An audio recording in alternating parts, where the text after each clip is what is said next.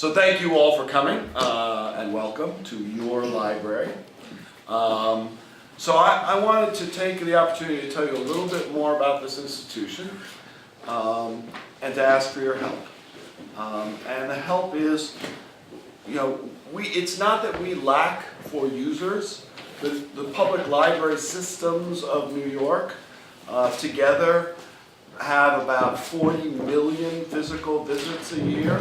So that's more than all the museums and all the professional sporting teams in New York combined. So we see a lot of use, but we still want people to enjoy the library even more and to know about the new things that we're doing and the things that we continue to do so that everyone feels welcome in the library.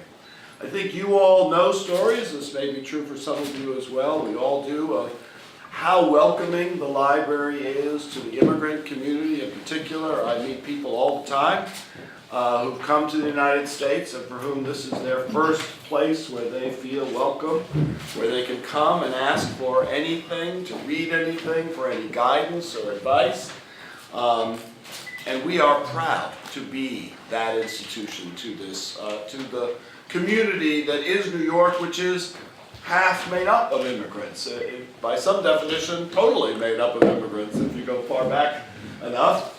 I should tell you that my parents were immigrants to the United States. The library played an important role for me growing up in the Inwood section just north of Washington Heights. My wife is from Turkey originally, also uses this. I've spent many important years of my life working in Africa.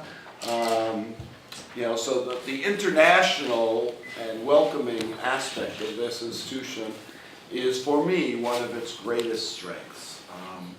So let me tell you a little bit more, though I'm sure you know much already. The first thing to say is this building is one of 4 research libraries. And you can come into this building from anywhere in the world, show no credentials, prove nothing, and see anything for free pretty much any time. I mean, I've actually tested this, and I've had friends come and who were scholars of Cervantes, and 5 minutes later they had a first edition of Don Quixote in front of them. There is no other institution in the world that does that, right? It's fantastic. And that's true here, and it's true at the Library for Performing Arts at Lincoln Center, the great Schomburg Library for African American Culture in Harlem, and the Science, Industry, and Business Library on 34th Street. And in fact, we have collections here, in the research collections in all languages. We have, I am told, the largest collection in the world of ethnic media publications here at the New York Public. Again, all available to anyone, anytime. And people take incredible use of this. I mean, pursuing genealogy or maps or, we've even been involved in court cases where we were the only one in the world who still had a phone book from X city in 1942 to prove a legal case of who lived where. We are that global resource. In addition, we are the largest circulating library system in America.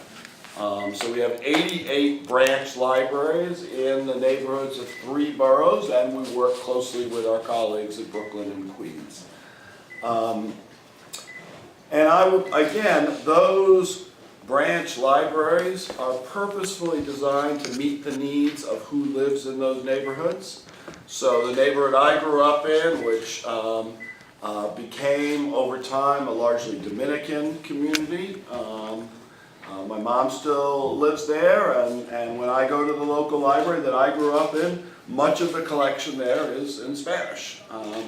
And again, just incredibly powerful to, I remember when I first came to the library, walked around in that old library that I had grown up in, and talked to a guy from Central America. My Spanish is not great, it's not terrible.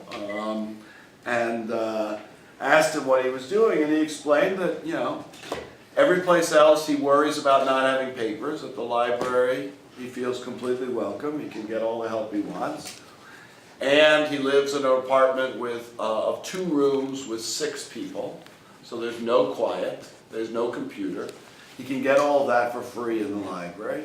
And he can come and read books. And I will tell you, when I asked him what it was he came every lunchtime to read, he showed me the book of Renaissance paintings that he loved. And in particular he said, I come to the library to see angels. And indeed that was the paintings he was looking at. Whatever you're looking for, we've got it for you. So that's fantastic. Books, quiet, air conditioning, heating, free computers, right? All of that, clearly so. But we're now starting to do more, and that was the reason, I confess, why we wanted to reach out to you and ask for your help to let people know that we're doing more. Because all those things are great, and we have to continue to do them, but we want to be the education providers for free in every neighborhood, because that's what New Yorkers need us to be. So I'll give you a few examples. We've always been a place where kids, usually about 20,000 a day, come and are safe after school. But now we've started after-school programs so that you don't just come and hang out, as my kids would do if not given alternatives, but instead actually have sustained programs with teachers who can help with homework, who can help with literacy, who can take kids in the poorest neighborhoods in 8th grade and work with them till they can get them into college. Whatever, robotics, coding, fashion design, all kinds of topics, right? So we want to spread the word that we started with 0 after-school programs. We're at about, I think, 7,000 or so spots this year. We aim for 20,000 spots within another, say, 2 to 3 years. So we want people to know that there's this great opportunity at the library. That's for kids. We also are the leading free provider of basic computer skills training in New York. So if you come to New York and you don't know how to turn on a computer, you don't know how to do email or whatever it is, the basic skills of the 21st century, you can come to the library and we'll teach you for free. I know this because my mother learned how to do email at the library. That's good news and bad news because now she emails me, but it's okay. So that means we started, as I recall, when I arrived about 3 years ago, we were at something like 10 or 15,000 slots, something like that, as I recall, of basic computer skills throughout the system. We've gone up to 80,000 spots this year, and our aim is to get to 150,000 spots for basic computer skills, so that anyone could come and learn how to use a computer at the library. And we've added coding classes. So if you want to learn the basic skill of the 21st century, which I confess I do not know, but I do know that it is an industry that is growing fast, that people are looking for talent, and you cannot find a way to learn coding for free in the poorest neighborhoods of New York, so we're teaching it in the poorest neighborhoods of New York. In addition, we're the leading free provider in New York of English language instruction. So again, we started, I think, at about 5,000 or so slots. We've tripled that. We aim to go 5-fold increase. We'll be at about 25 or 30,000 people at a time learning English at the library branches. In addition, we've added citizenship classes for people who want to learn those skills.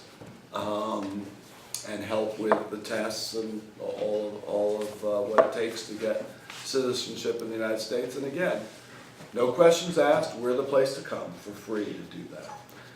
We even help people after they've gathered computer skills and English and citizenship if they want.